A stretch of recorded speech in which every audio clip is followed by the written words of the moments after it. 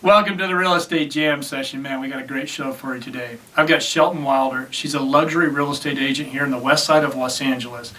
And she's going to walk us through the tips and tricks to get you to become a top luxury real estate agent. So make sure you check out the video while you're there. Give us a like. And if you haven't done so, make sure you subscribe.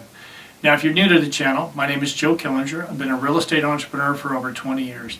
And I use this channel to bring on guests and really give you the tips and tricks to get you going as a real estate investor or as a real estate agent. So a really accelerated path to success. So like I said before, make sure you go check out the video, give us a like, and make sure you're subscribed while you're there.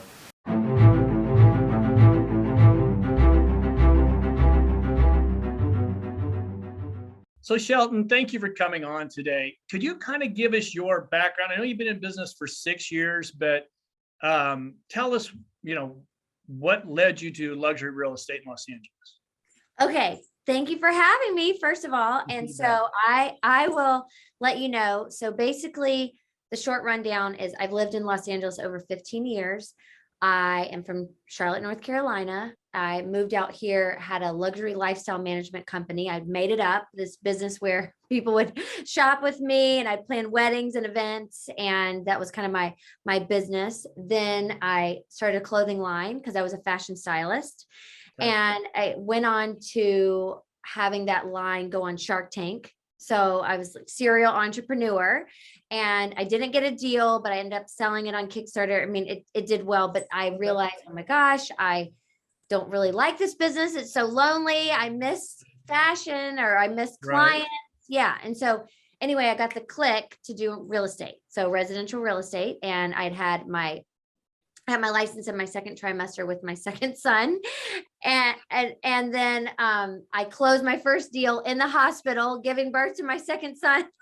So it was kind of quick. And then we did the final walkthrough with my 8-day-old baby and my 2-year-old and my husband and my nanny. And I was like, this is an important job. I'm not going to let it go. Right. Like I had to finish it all the way out. So I just knew that I really I wanted to be with clients. That's what I love. I love sales. I love, and it's such an important job. I still believe it's such an honor and a privilege to be able to help someone find their home or sell their home. It's usually the biggest transaction that they'll have in their life, the most money, and it helps clients to end up building wealth. I just believe in it so much. And since we bought our home too, it changed our life. It's the feeling of safety. And anyway, so I got into real estate and I realized though that it was a business. And I think that's what was so different from the approach that I had. So before I had to develop the slips. I had to make them. Basically, that was my line, was called the shimmy. And now Kim Kardashian has it. It's called Skims. It's very similar. I wasn't famous enough for for my line. So now went into real estate and loving it, slinging houses instead of slips, I like to say, which I much prefer. Price point different, huh?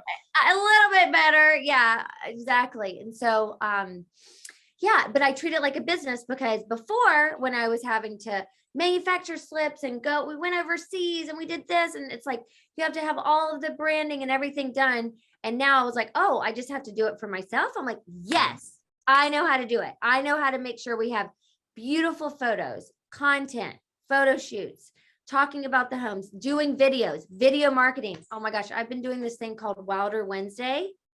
Okay. You'll see one today. For 6 years. This is my 6th year of doing it. Every single Wednesday video, Wilder Wednesday. It's really catchy. And so I knew I had to be on camera and put myself out there. And I really realized that I was switching careers. And I'd had my kids and I didn't want people to think, oh my gosh, she's too busy as a mom. I don't want to call her. So I talk about my kids, but people know that I work every day. I work 25/7. I let people know I'm available. I am a workaholic too, but also I wanted people to know I'm not doing fashion anymore. No clothing line, no fashion, just real estate. So that was actually something that was important too. And I really kind of started blasting myself out on Instagram. That's kind of how I grew my business mostly. Yeah. Well, and I think you said that one of the main things, Shelton, is anybody getting into residential or commercial real estate, you have to treat it like a business. And I think as we were talking before, Mhm. when I was sitting in a residential office, I was a duck out of water. Just that wasn't for me. But we were doing our commercial in that office, and we were there 8:30 to 5:30, Yeah. and we treated it like a real business. And so were the top residential agents. We were always in the coffee room talking at 8:30. Those are the top producers. And so now you're more focused on the luxury market, correct? I am. And pretty much luxury now, if you say in the United States, I mean, kind of Okay. almost Yeah. anything that's in Southern California. But what we were talking about before, and I want to kind of reiterate, is this kind of luxury at all levels. Yeah. Because when I started, it wasn't that way. So my Right. first sale was $665,000 in Encino.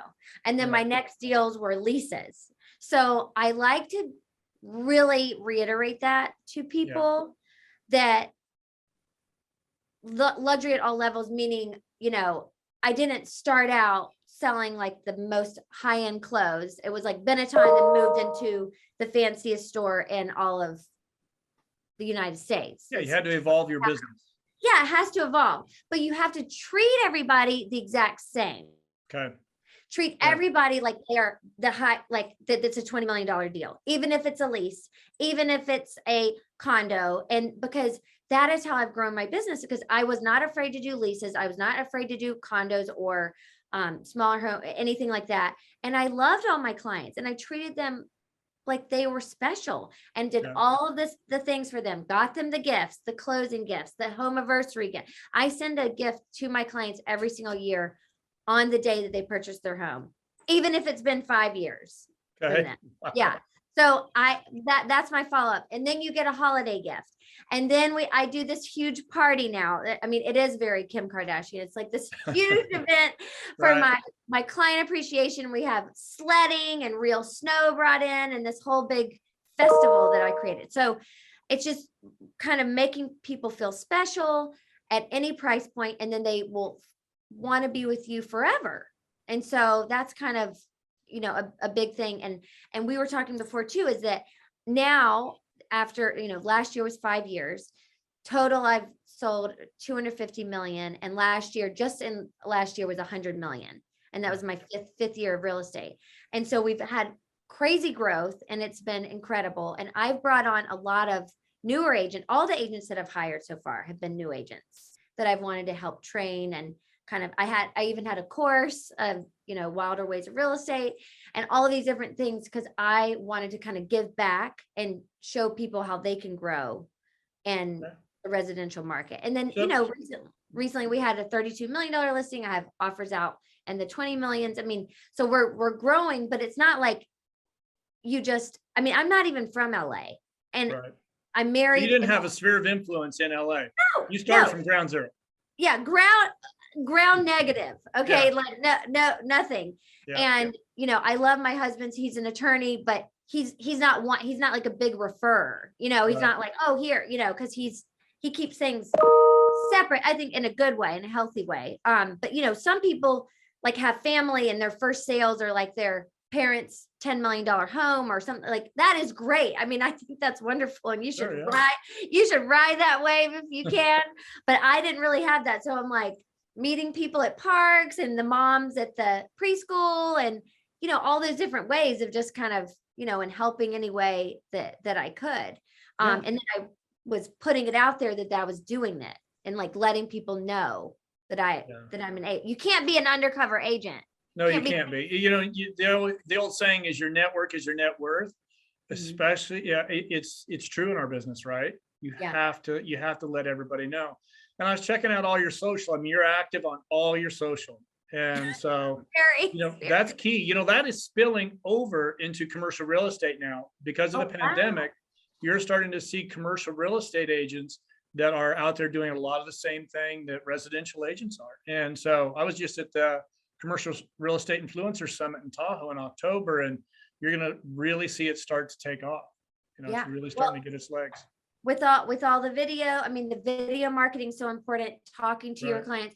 I think the most important too, and where people I don't know, from what the feedback I've gotten is that if you see me on social and all of my stories that I'm doing all the time and my videos, you know my voice, you see what I look like. I look exactly the same. I don't have like a photo from 20 years ago and then I show up and you're like, that's not her. Is that the same person? Right. You know, Yeah. it's Yeah. all like I'm doing photo shoots. My sister and her friends make so much fun of me in North Carolina. They're like, another day, another photo shoot. And I'm like, just leave me alone. Yeah. But it's like it's constantly evolving and Oh yeah. yeah. And so I want to be fresh. I want to be out there and I want people to hear what I sound like, know what I say. It brings so- down the barriers to get people to call you, right? If they're seeing you putting content out, it's easier to contact you because they kind of feel like I don't want to say know you, but you know, they know do. who you are and you're bringing value. Looking at some of your content, you're talking about the market, you're bringing value in everything that you do. Now, do you have a CRM how did you get started? You just start putting everybody in CRM and they're like, hey, you know, I'm new to this. What do I do? Don't say Rolodex. You're way too young for that. No, I mean, really, I can't believe that I'm saying this, but a lot of it was on Instagram. I know that it's almost like my CRM in the beginning. Right. In the beginning. Now we use a system called Cloze, CLOZE. Okay. And and I just hired Forrest, my COO. He's incredible. And we are getting all more systems in place. And we've had systems, which has been great. Right. And we have templates for all of like I have a TC transaction coordinator, Lily. Right. She's been incredible. She's so instrumental. All the offers are written through her and we have it all in one system. And we have, the Google Sheets and then the Dropbox, all those different things. But yes, we have a CRM that way. But a lot of people, the way it was growing is you were saying social media before, and that people really trust you that way because I do have a beautiful website. I love my website. We use Luxury Presence and we have gorgeous images and all the photo shoots, like I was saying, but a lot of ways, I think the social proof is been like for referrals, 98% of my business has been referrals. And so it's like more like friends will say, oh, well, you should see Shelton. This is her Insta. Right. And that they're not like, oh, here's her website. Right. So that's kind of been, and then we have a system where we have everybody that we've ever sold to and the month and the date and the year. And then we're giving them the presents too. And that's how we're always following up as well. Okay. So that's all right. really I'm going to kind of throw you under the bus here a little bit, Shelton. So if I'm a brand new agent and I keep seeing your videos, I'm watching $1 Million Listing. I don't remember all these shows, right? all the things. Yeah. Yeah, exactly. I want to be a luxury real estate agent. What are my first 5 steps? What do I need to do? Obviously, network. That's got to be number one. Well, it depends on a lot of people. I had already had businesses, so I knew I did not want to be on a team. And I knew I didn't want to be an assistant because I would be a horrible assistant. I have like 3 assistants because I'm not, that's You're not my an forte. assistant, yeah. No. And let me just tell you something else. There's nothing bad about it. It's just No, I knowing get it. yourself. Great way to learn too. I'm telling you, my biggest strength is that I know my weaknesses. I know them so well, and I hire for my weaknesses. That's my, I would say that's a big takeaway of today. But if you're a new agent, then I do think it is great to end up joining a team or being an assistant to learning the business. Right. I think that's a way to start. And so we were talking about it before. My team is like young guys and moms in real estate. Yeah. So it's like those poor young guys, they have like 9 moms now. They're like, Yeah. leave me They alone. keep everybody in line. All Yeah, right. yeah. So good, becoming assistants, networking. What else you got? My other thing too, and my biggest thing that I really want to get across here is this whole Southern thing. I call it now my Southern California charm. Yeah. Is I am really, and we were talking about this ahead of time, is that what I don't really understand and what I'm hoping to kind of, my whole thing is kind of change the face of real estate in certain ways of that these people, like realtors being super competitive with each other. That is the opposite of me. I've started my own networking group that I have once a month, and I have this beautiful spread and all this food, and it's at Lunetta, and I bring the agents in. People are like, oh, let me contribute. I'm like, no, you're coming, and I'm hosting you, and we can share off markets, and we share information, and it's like a love fest.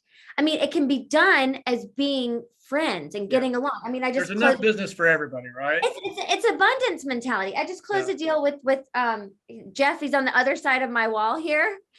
And it was like the best transaction. We're like, oh yeah, okay, great. This is it. There's no yelling. There's no fighting. It's not like the shows that you see. We're getting along. I mean, it just doesn't have to be so yucky. Yeah, it doesn't. You know, I'm like the collaboration queen. That is my gift. yeah. Well, you're easy to talk to. I mean, we've never met each other before. And from the time you logged on, it's been very easy, right? You know, we just kind of, you know, and that's what's key. That's the kind of people I like to surround myself with, because I feel comfortable coming and talking to you. I'm not expecting, you're not going to bite my head off. You're going to say, hey, Joe, no, that's not going to work. And you'll be honest. And I think that's key. And that's what, this is a real business. And I think people watching this, and they watch $1 Million Listing, and they watch these guys on their cell phones doing deals that legally cannot happen. You know, I think they have the wrong vision of what luxury real estate is really about. That's why I thought this video was so important, to bring a top producer on that's in luxury at all levels, and really kind of give them the true insight. I mean, if I'm new, what's the chances I'm going to go get a $20 million listing right now? A luxury listing. If you were?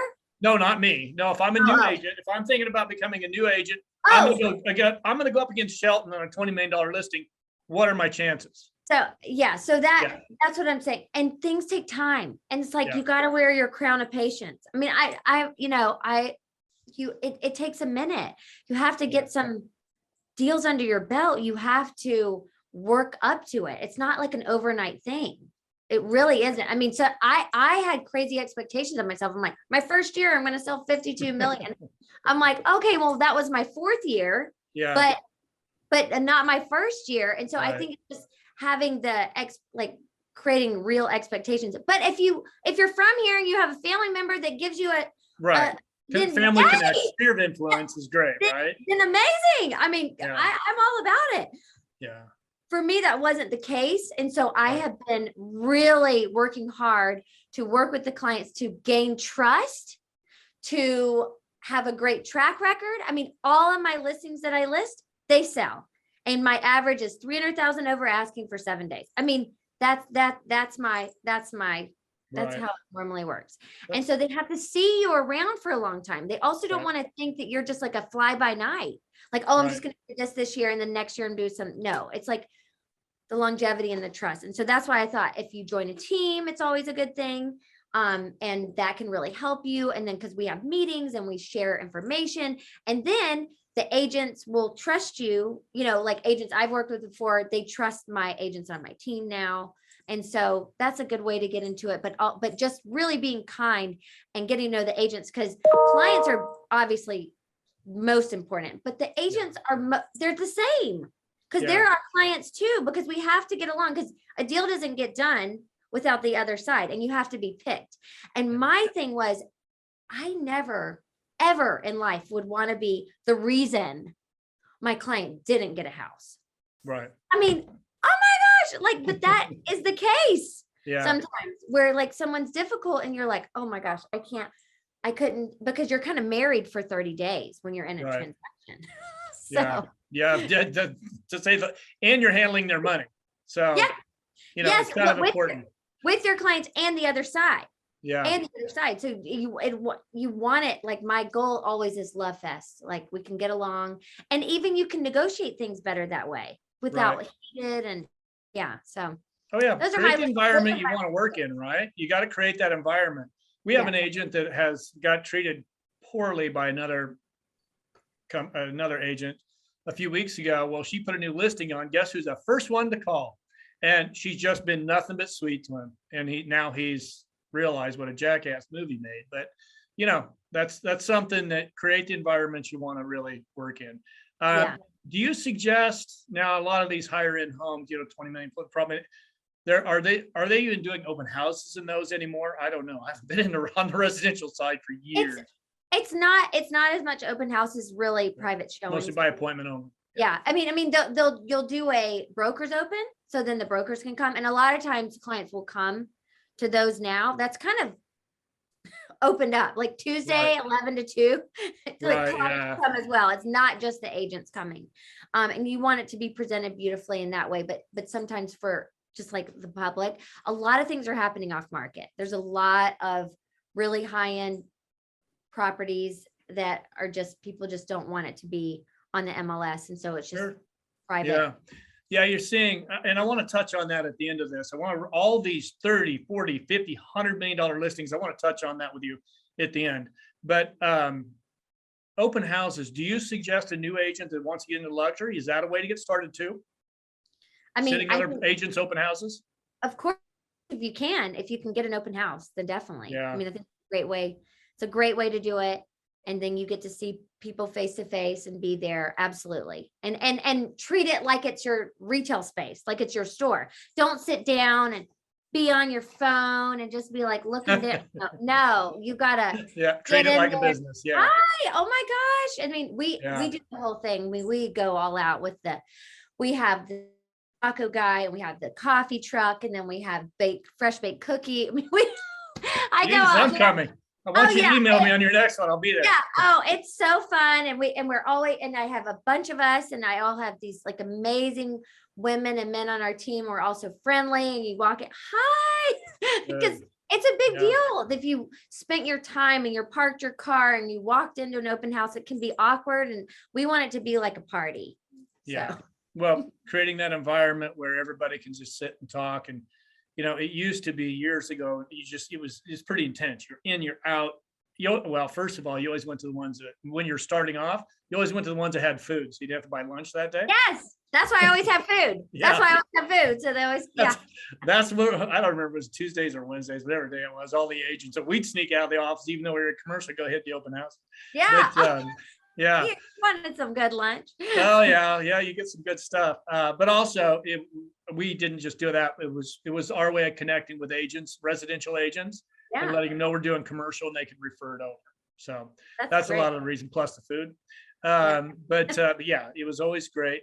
You know, did we get all 4 or 5? Did we get 5 topics? I think, you know, the big ones. Networking outside of our industry is, you've got to network everybody. Think about who your target market is. There's a guy that I did an interview with a month ago, and he had this big picture. It looked like one picture behind him, but it was all the people, photos of all the people he wanted to meet with. And there was probably 2. I thought this was genius. That's like a vision board. Yeah, that's exactly what it was. It was a vision That board is of so people smart. he wanted to meet. And he had a line through. And this guy was highly successful. He's one of the first investors in Compass. He's like number 3. You know, big, very powerful guy. But he still had so many people at his level that he wanted to meet. And they were realistic people too. They weren't, you know, get in front of the Dalai Lama and that kind of stuff. It was, this is a person in New York that he wanted to meet. And it was critical. He felt it was critical to his future and the path to success. So I think that is something that, you know, agents should really take a look at, is goal setting is something. I want to do it, and treat it like a business. Treat it like I mean, because that's what it is. That's what it is. And you got to just put it out there in the most. Yeah. Quit watching $1 Million Listing. Well, watch it. I don't want to say don't watch it, but that's not the way business is done.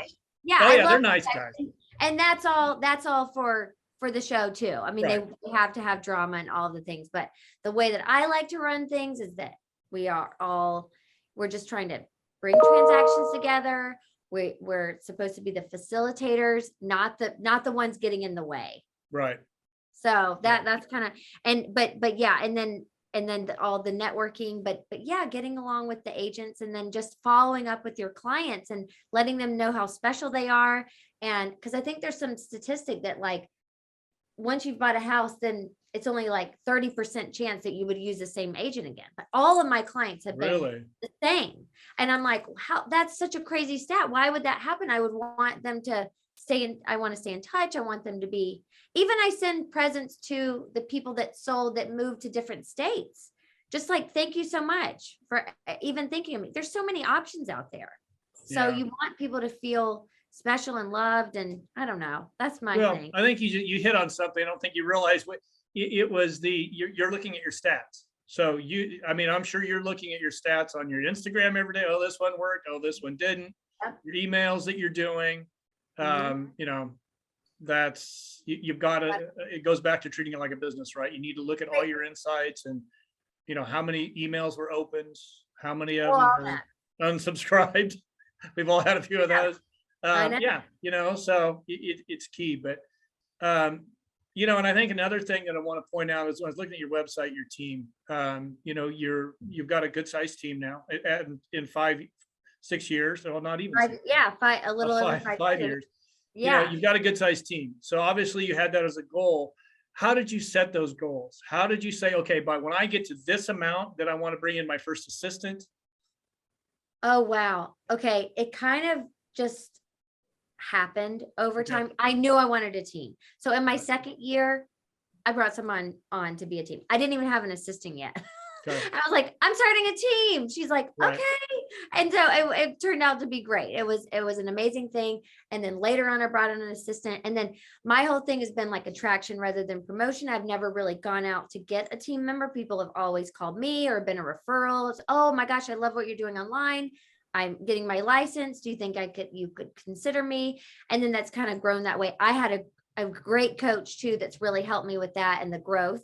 So she's actually my first broker named Laura Dowdy. And now she is, you know, helped me coach throughout the years.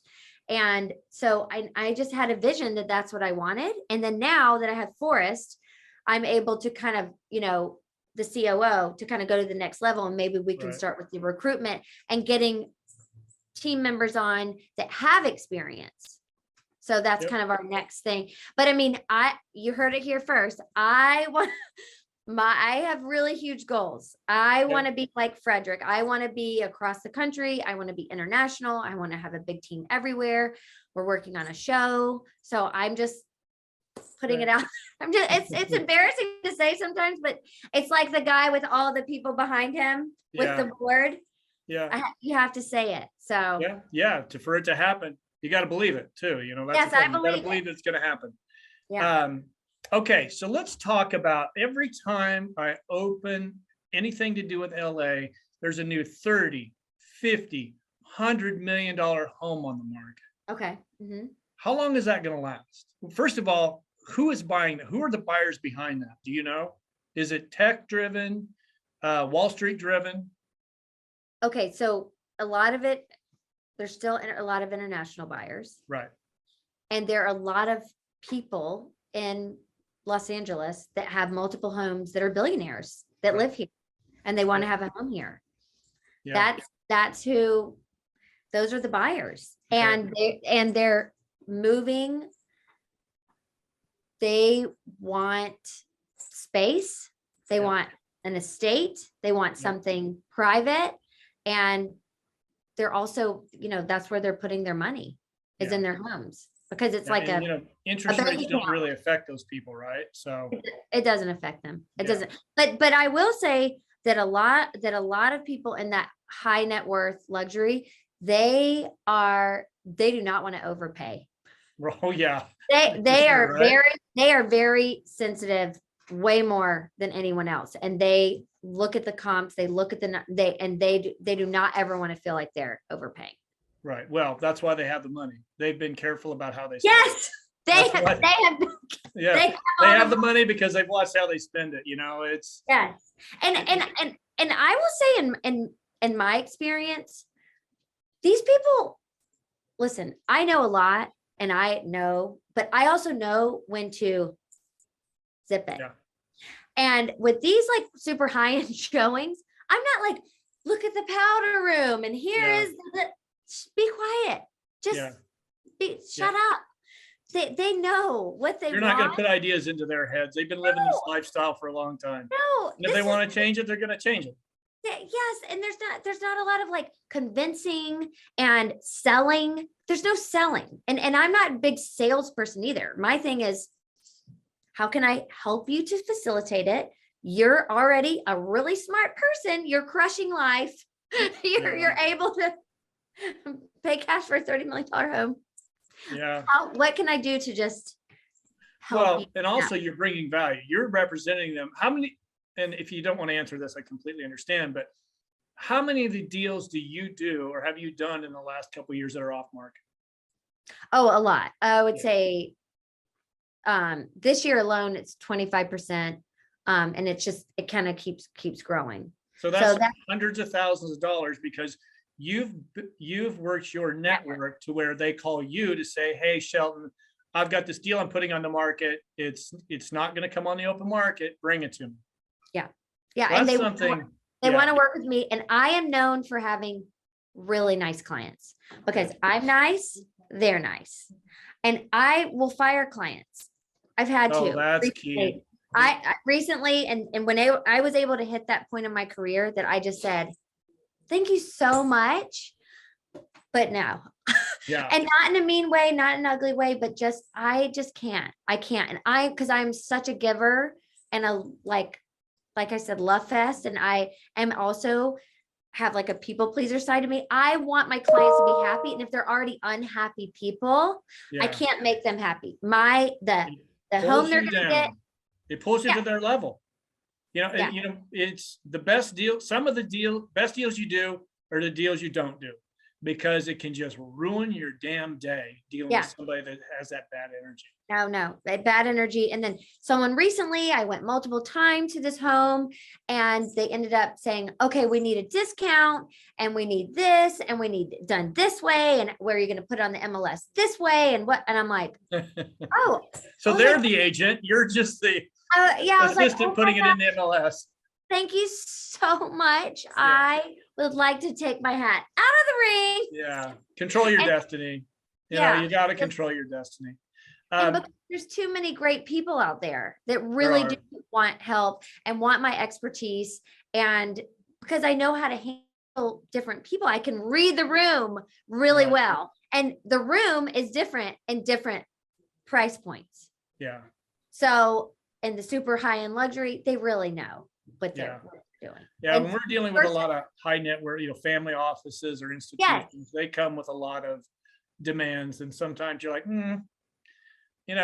that's, LA it's a different market than a lot of places, Different. so other places I mean, Dallas, I don't know if you know the Dallas market's absolutely on fire. We spend a lot of time there because we own property there, but Florida, Manhattan, it's just, Florida's off the charts too. oh yeah. I was reading that a lot of the properties, the single family residences are going at Manhattan, New York rates. It's like, God, pricing. It's crazy to me. All right. So now we see a lot of these big 30, 40, 50, $100 million listings. Everybody thinks, oh my God, an agent's getting 5 or 6% of that. It's not true. I see that smile coming. About what is just at a ballpark, not what you're getting. What are you seeing in the marketplace? Those high-end properties, like, is there a flat fee? Are they still doing? Oh no, commissions? not a flat fee. It's usually like a 4%. So 2 to Okay. both sides, two Yeah. to each side. Two and two. Mhm. Yeah. That's So it still gets pretty damn good. cut down from like 6, and then it's not a 5, and then it's like 4. Yeah, Right. and it's Yeah. still good. Yeah, Yeah. Oh yeah. It's still good. I mean, and everybody. then 20+ million. Yeah, Oh yeah. Yeah. Now, did you see the one that just sold this last week for 100 and some million? I did. It was 126 million plus Yep. the fees made it to 141 million because the auction 12% fees. Right. And so they started at 500 is what Niall Naomi wanted it to be. And then 500 million. 500 million, so $500 million. And then it went to 295. And then in the auction, it sold for the Supernova clothing fashion mogul Okay. to the 126 plus and then it went up to 141, and that was less than half of where they were pricing it. And I'm always questioning these like super aspirational prices. Yeah. But Can that maintain? How much longer can that maintain? Do you think this is going to be the new norm, these 30, 40, $50 million listings? I don't see that going away. Okay. They're here. They're here. Yeah. They're these Here to stay. incredibly huge estates. They don't trade as much as you think, though. They're Yeah. up for They sale. just make the news when they do. Yeah, they're up for sale. And I mean, even like the other one that Niall Naomi did that listed for 250 million, the one on Bel Air, 924 Bel Air, and it's listed for 250, ended up selling 3 years later for 94. Yeah. So It's good It's- press. You know, they yeah, get the it's press. press, it's out there, and then, but yeah, they're gonna sell because Yeah. people want to have money here. They have 3 to 5 homes around the world. Some people have homes here in LA and in Malibu, or we were doing work in Montecito, Santa Barbara. Right. That market exploded too. So yeah, they're Right. always You gonna know, be. I was talking to Catherine Coleman. She's with in Aspen. Mhm. Oh yeah, At the agency. Yeah. And the numbers she's talking about for price was, don't quote me on this. We put the video out last week. I'm gonna say it was about 3,750 a foot. Mhm. And these are second, third, fourth, and fifth homes. Yeah. I mean, the stock market's created a lot of wealth, but we're getting kind of long here. We want a lot longer. Okay, well, wrap it up. No. How much inventory? Where are we at with inventory in Los Angeles right now? I mean, it's typically you want to see it around what, 7-8 months. You Oh, guys no. are at. What are you at now, though? I think it's 2 to 3. It's so Yeah. low. It's so Yeah. low. And we are thinking that, I mean, it's an inventory crisis. Right. It's what's Yeah. been. Yeah, what's because been- typically you want to see what, 8 months of inventory or so, at least. Oh, yeah. And Yeah. now you're down to 2 months. Yeah. It's too low. And that's why we're trying to hustle off markets as much as we can. Sure. But it's also, I believe, and what's happening in my personal business and all of us on the team is there's a big chicken and egg situation. Does the chicken come first or the egg come first? Because you're like, what's happening here? I want to buy, but I need to sell. And so it's trying to figure that out. It's like, where is all the inventory? Where are the homes? But I do feel like in the spring, more things are going to come up. And then if the rates keep going up, then that would maybe create a little bit more. Yeah. of Now, when inventory. is 2 months, is that just luxury or is that all asset classes? I'm talking commercial, all price points. I think in a lot, I think that there's a little more inventory of, I mean, In no, lower end. luxury is low too. Yeah. Yeah. It's Yeah. across the board. I mean, it's just the amount of homes. They're just not as many. It was so funny. I don't know why I just ended up seeing this, and I don't really sell here very much, but at one point, I think it was January 4th, we went to look at a single family house in El Segundo, just randomly. There was not yeah. one. There was literally not one home for sale. It was That's some great. context. I was like, how can there not be one? I know. So yeah, and even income properties, the amount that are out there are down, lower. I don't know. if Yeah. you've seen Our that too. multifamily guys are struggling. They've got more buyers than they know what to do with, from small operators that, a mom and pop that have 2, 3, 4, 5 million, but what are they going to do? And for multifamily here, there's not enough inventory. And institutional, we've got an agent that has 5 institutional clients with 100 million or more. They want to put it in LA. We're like, okay, that's going to be a little hard. What's your average days on market in LA? Do you know? In LA? Yeah, for LA. For my business? For sales in LA for the market. Well, it's gotten to be so much lower now because I think things are average days. It's under 30. It's like 17 or So, I don't know. It's you very better be pre-approved. You better be, if you cash liquid. Okay, let me ask you this. I keep coming with all these ideas for you, Shelton. I got a lot to ask you. What's that? You have to be already underwritten. And then if you want to compete with all the cash offers, then because people are like, oh, I'm cash. I'm like, okay, well, you're one of 6. Like it's not that exciting anymore. But it's or if you want to compete, you can go into doing no appraisal and no loan because you're already fully underwritten. If you do have a loan, that's the only way to compete with the cash right now. Yeah, if you're at 30 days for average time on market, that's you better be ready to roll. What and your average escrow has got to be super short then too. It's got to be just they're shorter. It's under 15 to 30 days. Yeah. Okay. Are you seeing in the luxury market that people are putting their deposit up and letting it go hard right off the bat? Is that a way people are winning?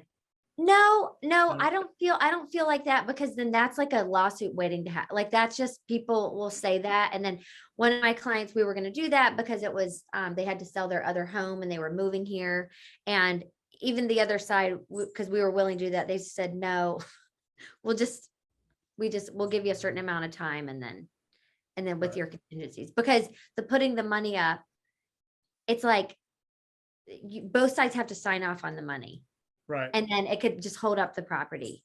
Yeah. So- Well, and also when they get in and there's a problem with the property, say, hey, you didn't disclose this. And, you know, Yeah. it's hard Oh, because, I get where you're coming from with that. A whole can of worms. Yeah. Well, Shelton, this has been amazing. I know we dragged on a lot longer than we were planning on. Oh, well, you're so easy to talk to too. Such a You fun. know, you've got such information on the market. And I think that's a good takeaway for people that want to get into the luxury market. You answered all the questions. You knew the answers. And, I think people think that I send these questions. Sometimes I do, but I didn't send to you questions. yeah, that I was gonna, No, Yeah. this was. yeah, this Johnny, was strictly off the cuff. So you knew this off the top of your head. So, when you're out meeting people and networking, you can do all this, and therein lies a lot of value. And a lot of real estate agents, they need to understand that. Oh, yeah. Yeah. You got to know the market, the inventory. And that's why I do like videos about it. So, because it actually helps me to learn. So now I would just encourage people too, if you're going to do that and study it, then you can just talk about it on social media too. Yeah. Well, in this, at the end of this video, I'm going to put your website link and your Instagram and whatever else that you want me to do, just email it to me. I'm happy to connect it. And then Yeah. we'll make sure everybody has direct access to you. And Oh, Shelton, good. thank you very much for this. I think you gave a lot of great information for somebody thinking about getting into the luxury market and luxury residential market, I should say, Mhm. and very powerful. And for those of you watching, thank you for watching the video today. Make sure you go up, give it a like, and if you haven't done so, make sure you subscribe, and we'll see you again next week. Shelton, thank you very much. Thanks, Joe. Okay. Bye-bye.